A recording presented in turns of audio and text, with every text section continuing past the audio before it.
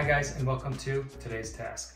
For today's task, we are doing tile work, and a lot of tile work has gone on in the house, but this is the tile work that I am taking on myself. Because one, I feel confident now because I've had some help from family members, and two, we're in desperation to get this done, so I just have to do it. So what I have learned though is when it comes to laying out your tile, you really want to map out before you start putting any tiles up. In my mind, I think, well, let's just start putting a tile here in the corner on the tub and just square it up, and where it ends is where it ends. Well, you can do that, but what you end up with typically is little weird cuts. Maybe you might end just like a 1/4 of an inch shy, and then you got to cut a tile really teeny, and that just looks a little bit less thought out. So what I've learned is try to map it out. Use what they call a story pole, or in this case, kind of a layout of your tiles. So what I did was measure where I need these tiles to come to. I needed to come past this wall just a little bit and cut, but since I know I'm going to have a cut edge here, I just made it kind of half the width of a tile, and I'm okay with that. That'll look really clean.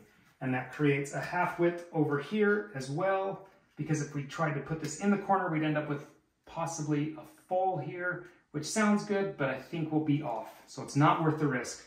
We split the difference and went up, and that gave us the ability to just cruise up this wall really fast following these lines.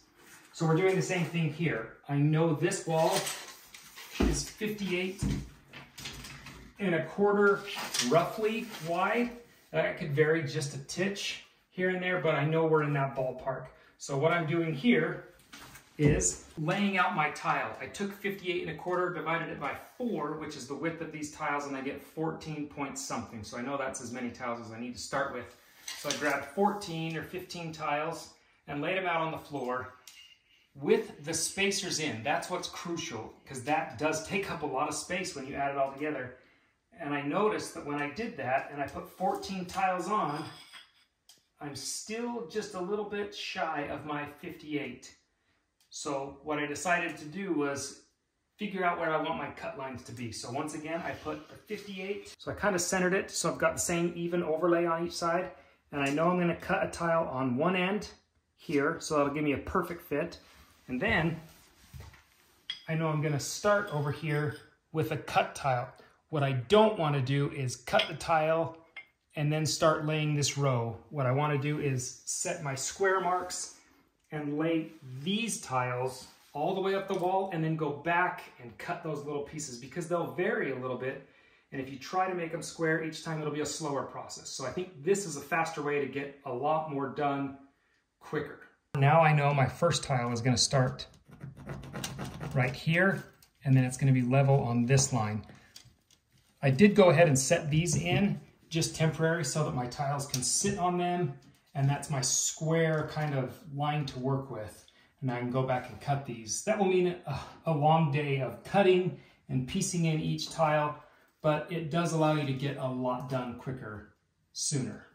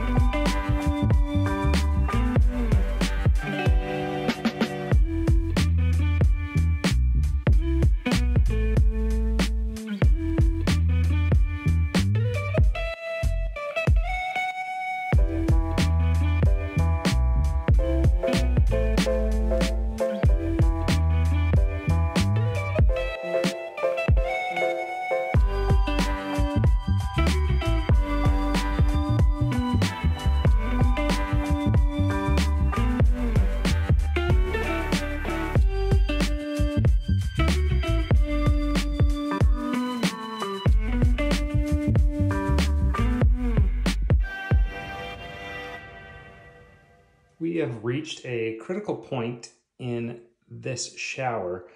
I need to cut all of those guys down, and they're all going to be a relative same size. I don't want to try and shove a tile in there yet where I've just set all of those from top to bottom and all of these. I don't want to kind of bump more than I need to. So the last one on these big faces is this guy, and how I've done all of the cutouts on the entire bathroom is by placing the tile next to it and just making lines on it. You can use a tape measure, but I feel like that adds a lot of variables that just make it more work than it needs to be. So let me show you what I do. I'll take my tile right here and set it roughly where it's gonna go, and then I draw a line right there. Then I take my tile and set it here for the height, roughly where it's gonna go, and then I draw a line across. Let me show you. Okay, now on this tile you can see the lines I drew there and then this one on the side. Now I did put a spacer on top of this tile in between these two before I made that line. Not because an 1/8 of an inch or a 1/16 of an inch is going to make that huge of a difference, but I do want it to be a more accurate measurement. And because it is not easy to draw on the face of this because it is a glossy ceramic tile, it really doesn't hold the pencil very well. I put the marks on the edges and then I'll actually make them cross in the back. So I have my marks on the sides and I just take my square, line it up with those, and then take my pencil and make a mark across the back. Same with this one. Line it up on the side, make my mark across the back. And now where those two lines cross is where I need to drill out that piece. I like to use this style of a drill bit. This is a drill bit that has diamond blades on it. Oh, I chipped a tooth. Huh, wonder when I did that. But it's meant for cutting ceramic or stone, and it works really well. You don't have to use water, but you can use water on it if you want. But what I do is just start it. I don't want to just be on top of it and push down. My arbor for this drill bit is really shallow, and I did that on purpose. I don't want the arbor to touch the tile before this blade does because I feel like it can crack it. When you put that kind of a pinch point on there, it tends to break them. So you just go nice and slow at it. And what I like to do is come at an angle, like so, and just kind of get those blades to start. Nice and slow. And this takes a while.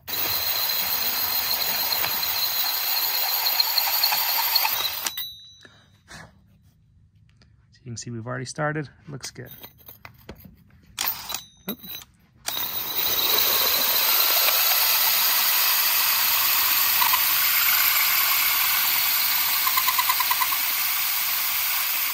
The whole time I'm doing this, I'm trying to not bend or flex or put too much pressure on this. I'm really just trying to let this slowly make its way down in without forcing it, because once you force it, you'll break the tile, and I don't want to repeat the process.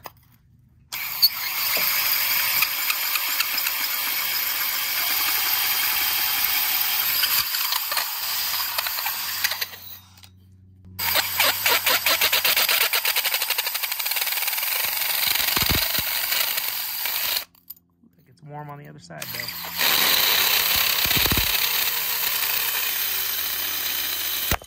Oh, got going too fast. See that, guys?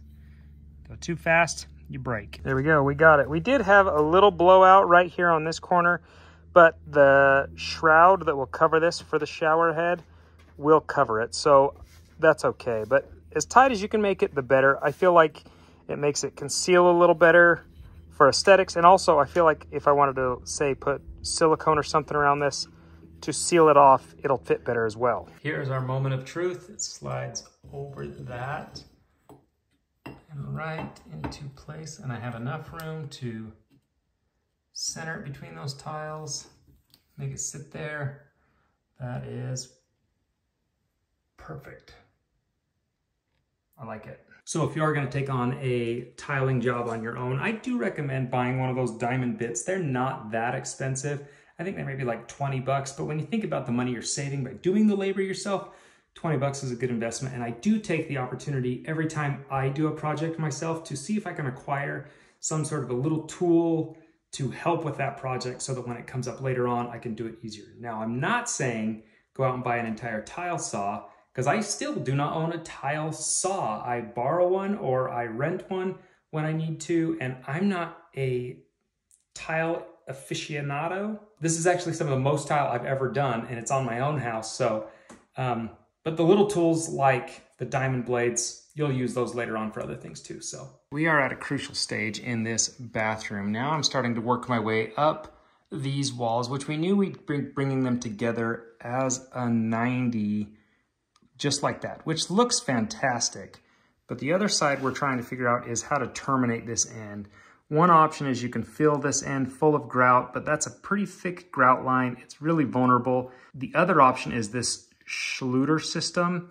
It's just a Schluter strip, but the one we picked up to go across the front of the tub is clearly not deep enough. So we've got to take one in with a tile.